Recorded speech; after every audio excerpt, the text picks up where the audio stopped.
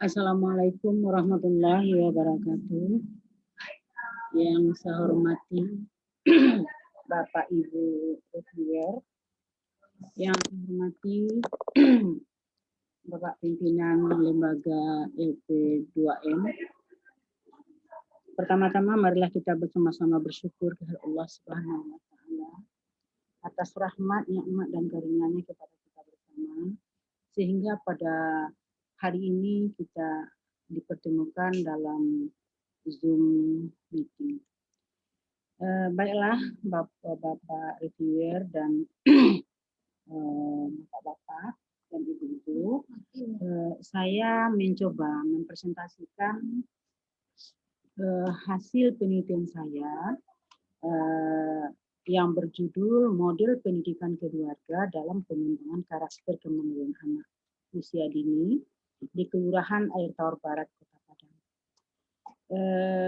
Dengan anggota saya sebagai Ketua Dr. Angga Setiawati MSI, Dr. Ismaniar MPD, dan Dr. Sulaimi MPD. Baiklah, saya akan coba tayangkan PowerPoint ini. Caranya.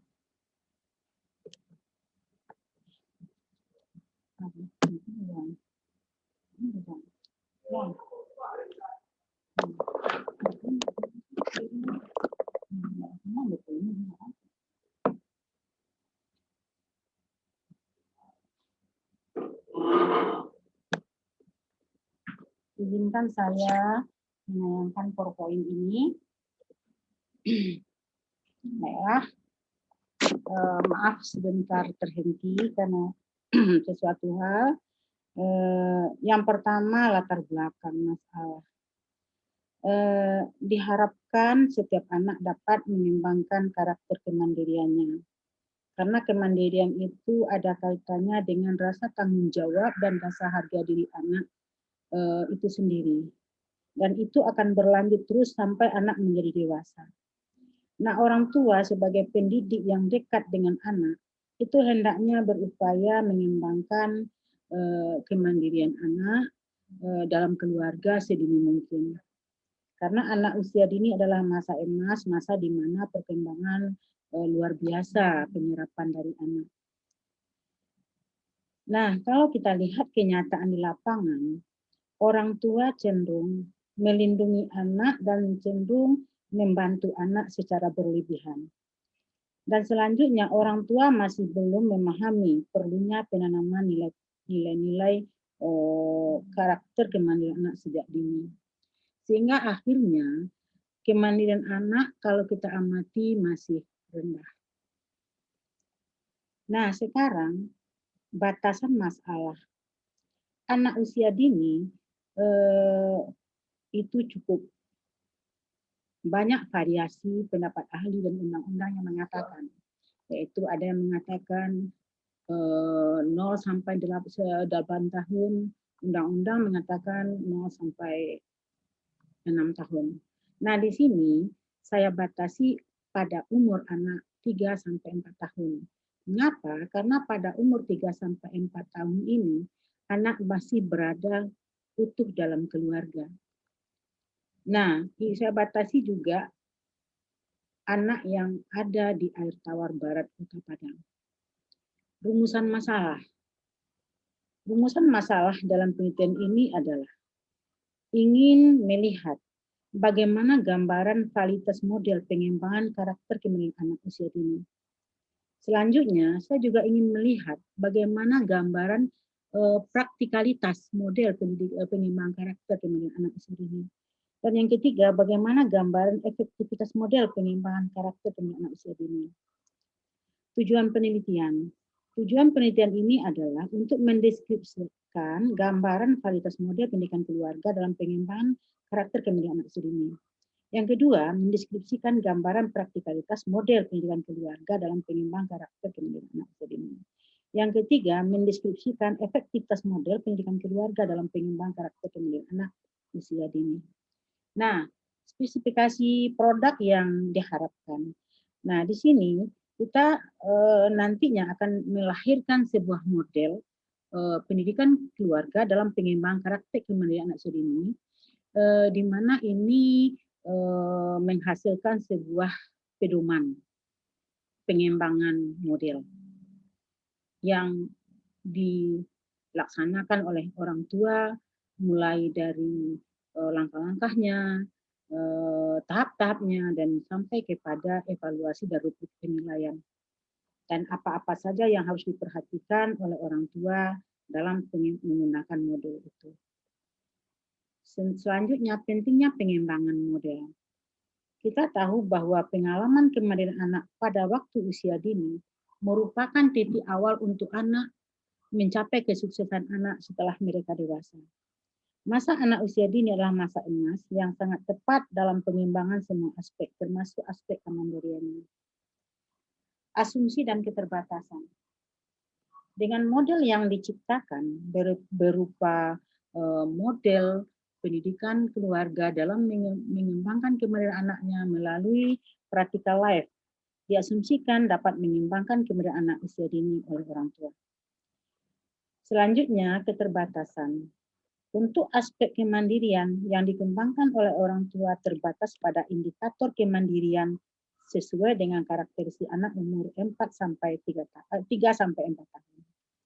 Adapun aspek kemandirian yang dibatasi adalah kemandirian aspek fisik, kemandirian aspek psikologis, dan kemandirian aspek sosial. Nah, yang kedua, orang tua sebenarnya sudah terbiasa memiliki cara-cara tertentu untuk mendidik anak menjadi orang yang lebih baik. Hal ini kemungkinan besar akan mengalami hambatan dalam melaksanakan kemandirian itu.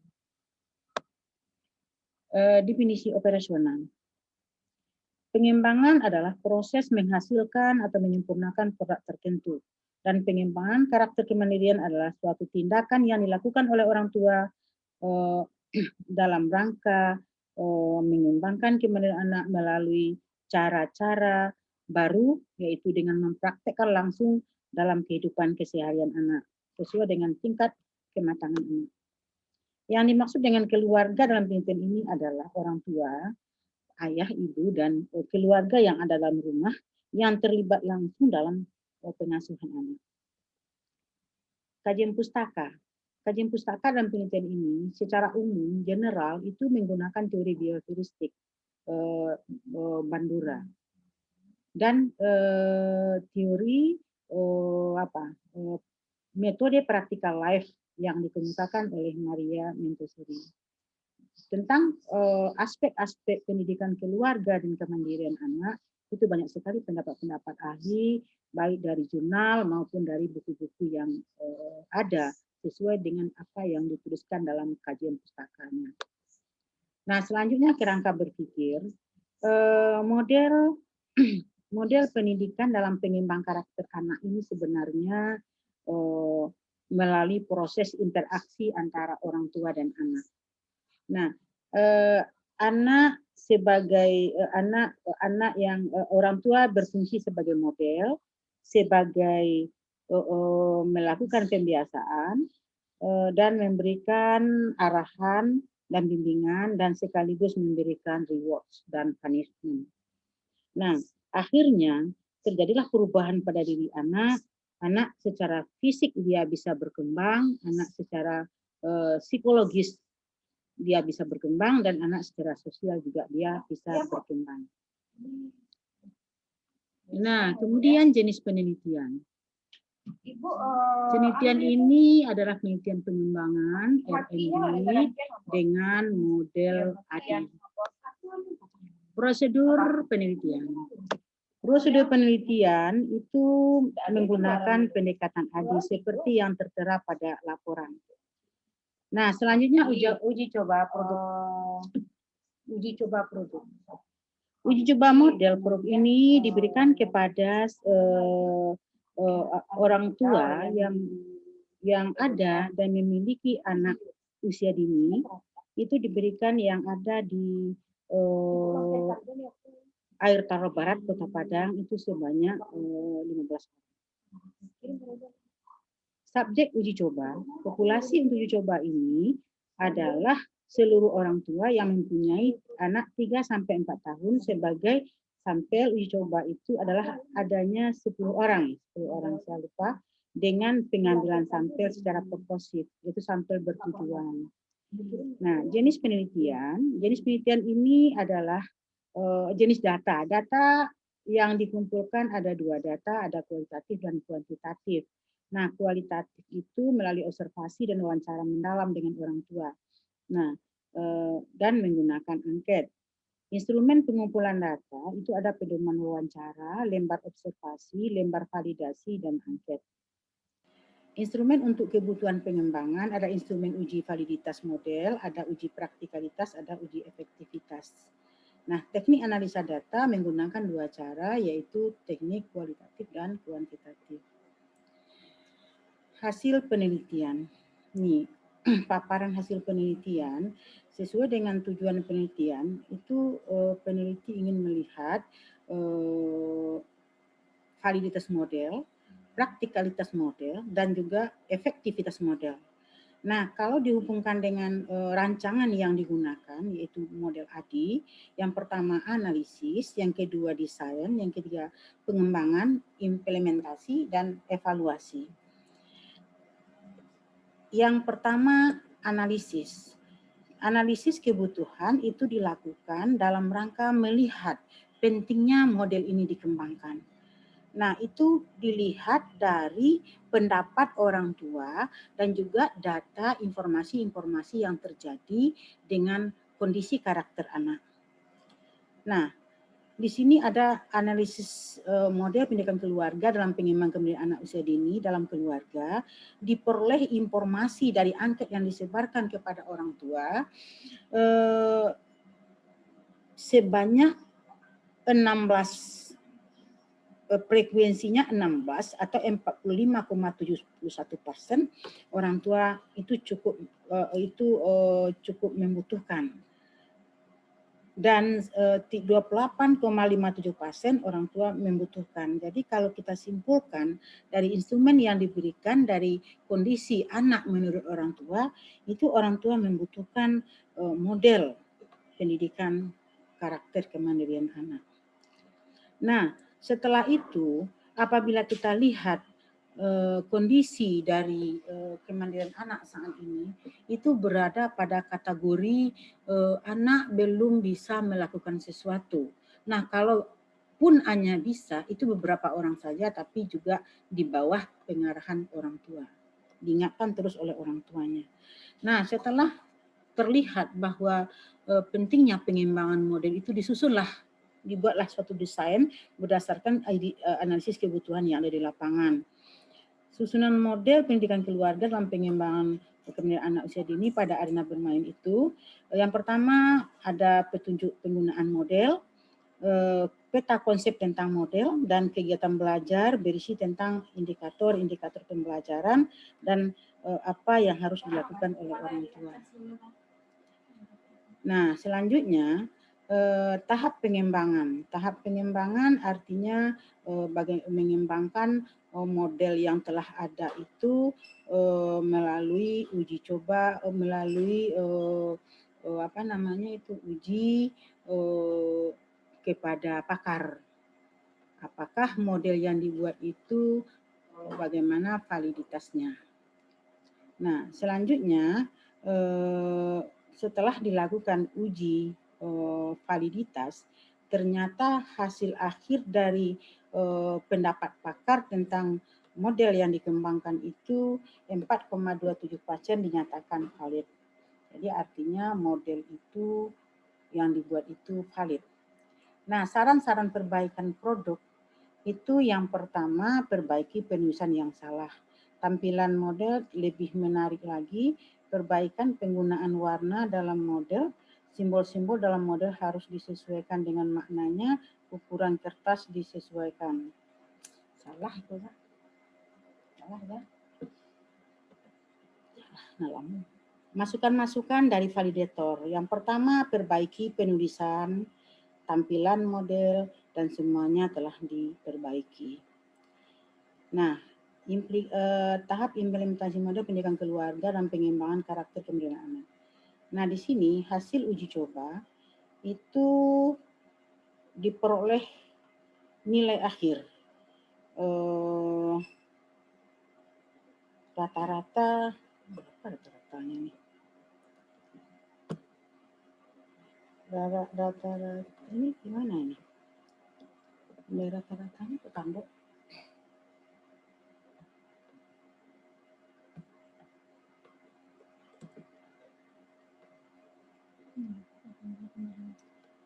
Nah, itu tanduk. Nilai akhir jadi 4,13. Jadi dilihat rata-ratanya lebih dari 4, dinyatakan dia valid menurut praktis menurut pakar. Nah, selanjutnya distribusi frekuensi praktikalitas menurut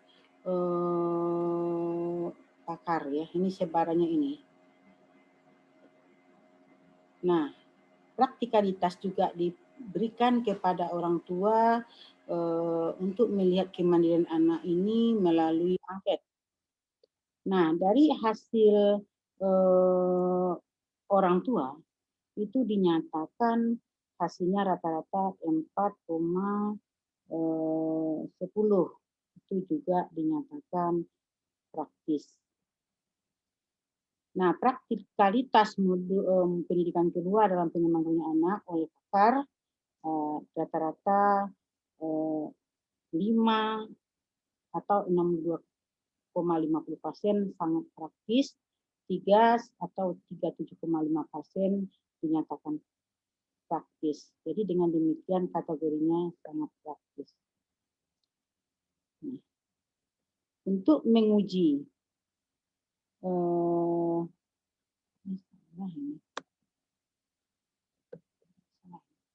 untuk menguji efektivitas dari model yang ditawarkan, di sini peneliti mencoba membandingkan hasil dari perolehan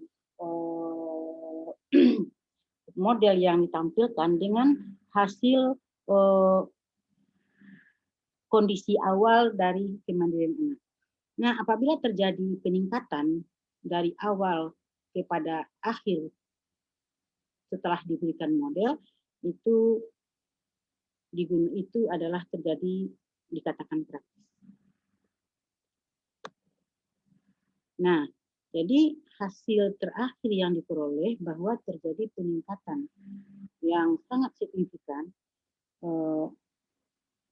kemandirian anak untuk semua aspek, termasuk fisik, psikologis, hubungan anak dengan orang lain, dan hubungan dan sosial.